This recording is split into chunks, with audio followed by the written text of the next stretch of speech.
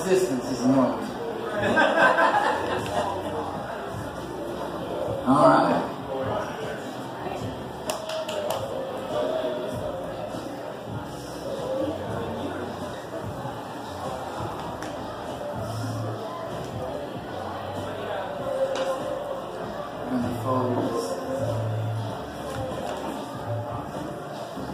So Francis Bacon said in his essay on friendship, little do men perceive what solitude is, how far it extended.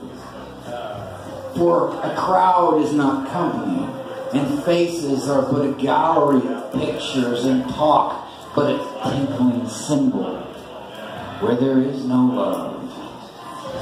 And with that in mind,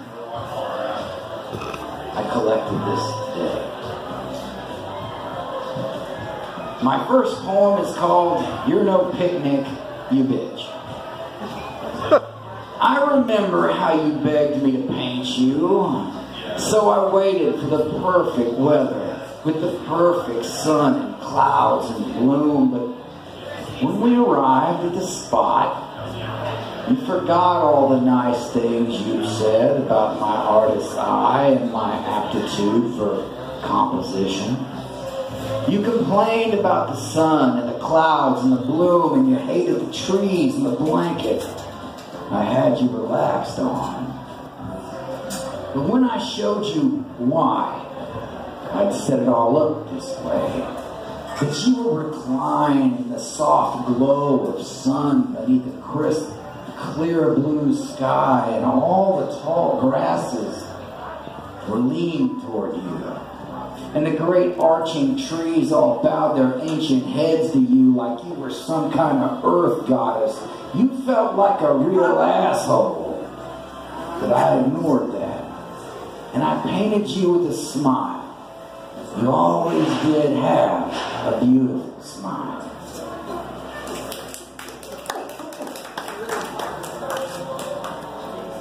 You ever see somebody doing something really dumb, and you say something, you do something, and then you like run into a pole or fall down or something, and you look like an idiot right back? No. Well, I have. The struggle. First of all, her hat was ugly, and secondly, his ostrich skin boots looked uglier and dumber than her hat. But he presented them to shine in the sun, and she set and reset her hat so that the one large daisy, hot glued on the front, was eyeballing the unwary passerby. I was learning to ride a mountain bike across the park. The handlebars are different from a dirt bike or a 10-speed, and I was wobbling down a narrow wooded path when I shouted, "You both look like idiots!" And they turned to see me as I wrecked into a tree and fell down. Last I saw, they were laughing at me, strutting worse than ever. Pissed me right off.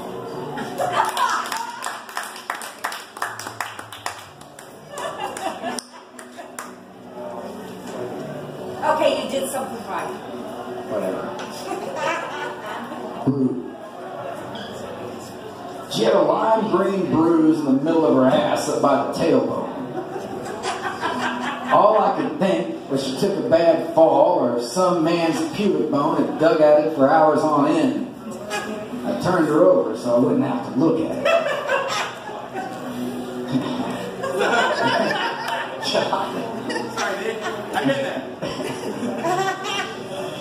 In the wilderness of self-destruction, I've cut myself a rut many shovels wide and deep. Havner says a rut is a grave with both ends kicked out, and I thought on that. Till the spirit of Kama Sutra blasted itself from the reservoir tip, my bright yellow banana-flavored cock. There would be no cuddling or soft kisses or kind words. I was to take her home straight away. It was...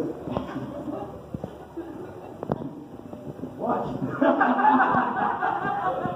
Thursday night, man. It was her that had said no strings, but when she got out of the car, she waited for a smile at least. It didn't come. She looked down, black hair spilling over her pale, beautiful face. "Cha-ching," she said, a little sad, and thumped her chest. This bounces off my armor like everything else. You're not the only one who wears it, Tin Man. And hearing that, I gave her the smile she wanted to see. I believed she was but didn't say anything and drove home. There are always strings.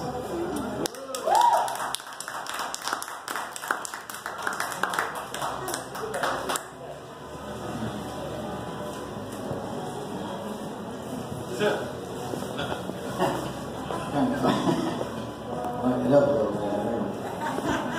Clock punch. You ever work for just a bad boss, man, and you No just... one here has. And then they got you where they want you. The magnifying glass is over, the sun is beaming through, you're smoking, and you can't leave. You just have to sit and take it. That's this one here. The boss was hot. I overslept and the workers gave me hell. The power went out in the trailer and I was a half day off when the time reset. To punish me, the boss had me scrub piss, polish, clean tabletops, sweep, run coffees, get coffee, a little of this and that, and worked herself deep under my thick skin. I decided to quit. When she called me aside for a one-to-one, she was saying blah, blah, because we have to work together and need to get along. But I was dreaming about my dramatic exit.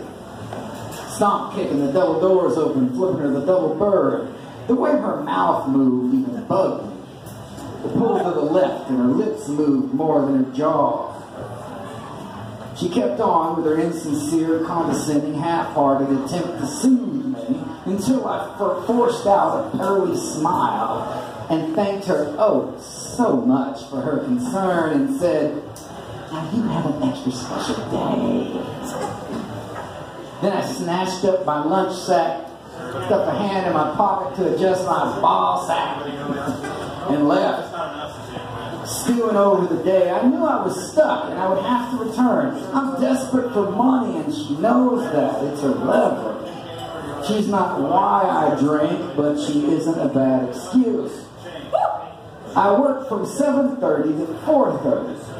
Then drink, vomit, pass out, and do it again until I catch a day off. And so far, that's my life. And isn't that shitty?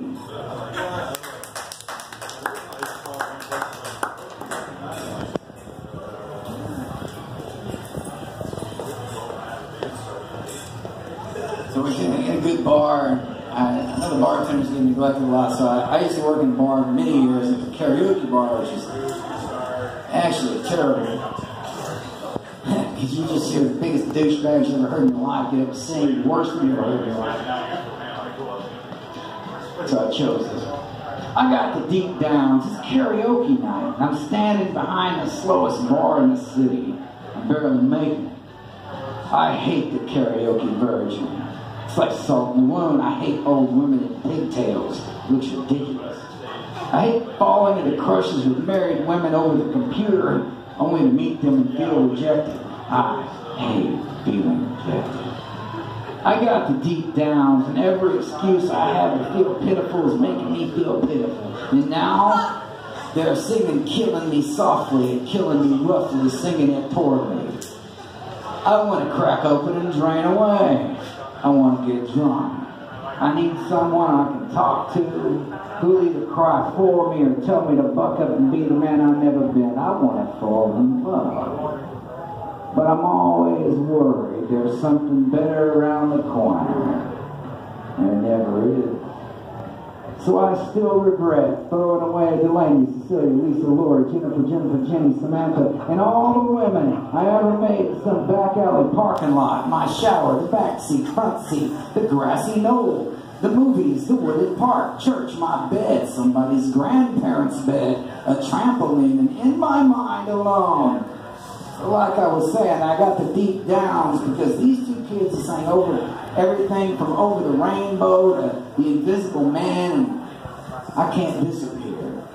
Misery has turned me every color under the red moon, and all I want to do is crack open, let the shades drain, fade away, or away.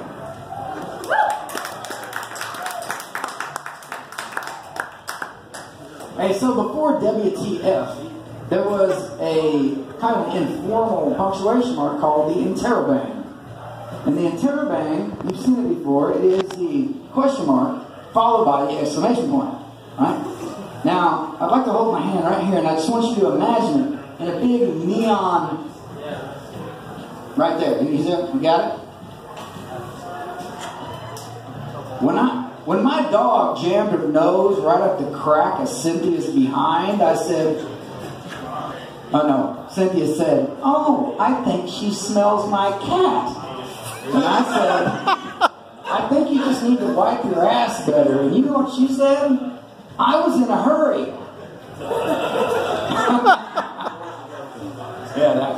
No excuse for that. Well, here's kind of a rough one since it's a bad hombres and nasty women. Alright, so haven't always been the upstanding gentleman you see there. Not always? Not always. There was once a time I was kind of on the bottom rung. And the people I hung around were too. It's called Flophouse Manners. She turned away when I went to kiss her. She just walked in the door, seemed happy to see me, but something was off. Her skin was moist with sweat, but it wasn't hot out. It seemed she didn't want me touching her lips, but hugged me plenty. Looked like guilt. I hadn't seen her all morning, but it didn't take a sleuth to put it together. It kind of twisted in the crook of my stomach. We had no arrangement, though, so I couldn't be jealous. I let my arm slip off her so she could look up at me. Could tell I knew. But I smiled warmly as I could, because sometimes respect is a woman not kissing you after she's had another man's dick in her mouth for breakfast.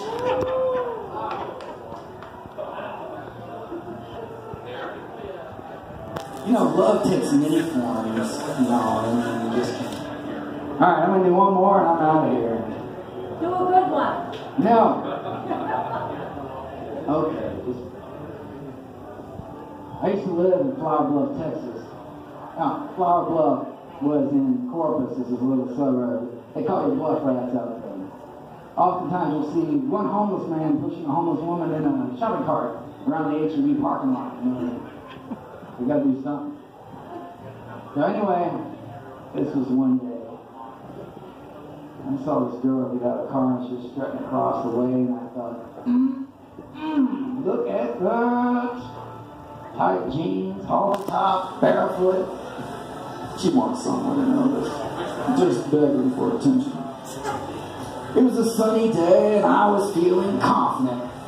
Hey baby, I called out. Those jeans look great on you. I mean really great. So tight. See, I thought I know what a woman wants. She just needs to be told what she does for you now and then. Just simple acknowledgement. Hey, fuck you, buddy, she told me, turning back toward the store. Her voice like she just smoked her 12,000th Bull Durham cigarette. You don't have enough money.